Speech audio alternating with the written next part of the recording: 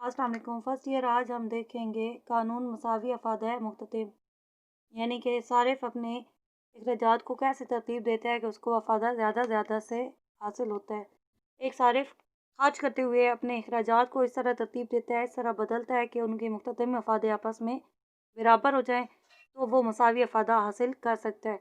इस सूरत में उसका कुल अफादा भी ज़्यादा से ज़्यादा होता है। मिसाल के तौर पर एक शख्स के पास अगर 5 रुपए हैं, वो 2 अशिया खरीदता है, एक की 3 इकाइयाँ, दूसरे की 2 इकाइयाँ, यानी एक पे 3 रुपए लगाता है, एक पे 2 रुपए लगाता है, जबकि उनके मुख्तलिफ मफादे भी बराबर हों तो कुल अफादा उसका ज़्यादा से ज़्यादा होगा। यहाँ पे हमने गोशवारे में देखें ज़ाहिर किया है कि हमारे पास इकाइयाँ मौजूद हैं, साथ ही हमारे पास मुख्तलिफ मफादा भी मौजूद है। मुख्तलिफ मफादा ए, मुख्तलिफ मफादा बी। हम फ़र्ज़ करते हैं 5 रुपए, यानी इकाइयाँ हमारे पास 1 2 3 4 5 हैं। हमारे पास मुख्तलिफ मफादा एक चीज़ का है 28, 24, 20, 16 और 12। अगर एक चीज़ को वो ख़रीदता है तो उसे कुल अफादा 100 हासिल होगा। इस तरह बी चीज़ की हमारे पास इकाइयाँ 24, 20, 16, 12 और 8, यानी कि कुल अगर इस पे 5 रुपये खर्च करता है तो उसे कुल अफादा कितना है 80 हासिल होगा। लेकिन अगर वो क्या करे, ए चीज़ की 3 इकाइयाँ, यानी कि मुख्तलिफ मफादा, ये देखिए यहाँ पे 20 है और यहाँ पे भी 20 है।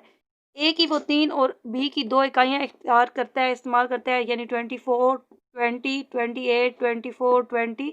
अगर इनको प्लस किया जाए तो कुल अफादा 116, जो कि 80 से भी ज़्यादा है और 100 से भी ज़्यादा है। वो 5 रुपए को अगर इन दोनों पे इस तरह तकसीम करता है तो उस सूरत में उसे कुल अफादा भी ज़्यादा हासिल होगा और दोनों चीज़ों को भी वो हासिल कर सकता है। आपने क्या करना है, इस चीज़ की वजाहत भी करनी है, यानी हमारे पास सारिफ ने क्या, अगर 3 इकाइयाँ एक पे और 2 इकाइयाँ एक पे खर्च करता है तो उसका कुल अफादा ये है, जबकि अगर वो एक इकाई पर, एक ही चीज़ पर तमाम इकाइयाँ सर्व करता है तो उसका फ़ायदा इनकी निस्बत, यानी कि अगर वो बी खरीदता है तो भी 80 है, ए को खरीदता है तो 100 है, लेकिन दोनों को खरीदा है तो 116 है।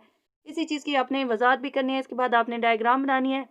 ओ वाई पर आपने क्या करना है, अफादे को लिखना है, ओ एक्स पर इकाइयों को, और इनको आपस में मिला देना है। आपके पास ये नेगेटिव स्लोप वाले कर्व बनेंगे। मैंने कल आपको बताया था मुख्तलिफ मफादा का खत कैसे बनाते हैं।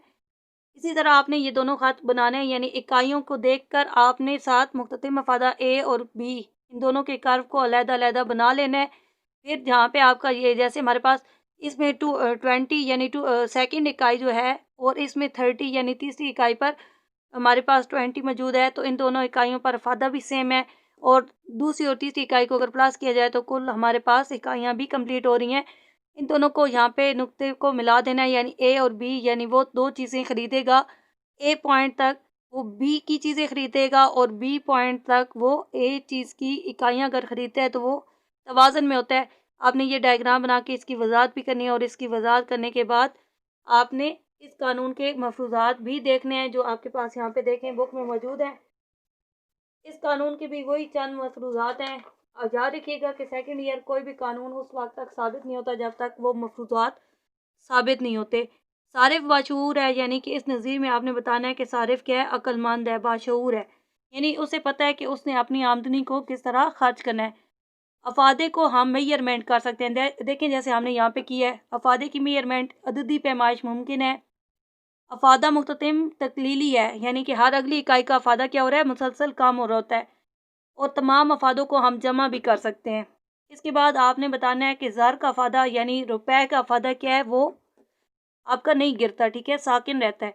और इशा की तकसीम पजीरी मुमकिन है, यानी कि वो इसकी 2 और इसकी 3 इकाइयाँ भी खरीद सकता है। तो सूरत में आपका कानून साबित होगा। अगर इनमें से कोई एक भी मफरूज़ा गलत साबित हो जाता है, यानी कि सारिफ बाशऊर ना हो, अफादे को मेजरमेंट ना की जा सके, अफादा तकलीली ना हो, अफादों को जमा ना किया जा सके, सर का अफादा अगर साकिन नहीं है, इशा की तकसीम पजीरी में मुश्किल हो, तो उस सूरत में हमारा कानून साबित नहीं हो सकता। इसलिए हम फ़र्ज़ करते हैं ये तमाम मफरूज़ात अगर साबित हों तो हमारा कानून कहता है कि एक सारिफ अखराजात को इसी तरह तरतीब देगा कि मुख्तलिफ मफादे आपस में बराबर हो जाएंगे और कुल अफादा ज़्यादा से ज़्यादा होगा, और सारिफ उसी सूरत में तवाज़न में होगा। इसी को कानून मसावी अफादा मुख्ततिम भी इसी बुनियाद पर कहा जाता है।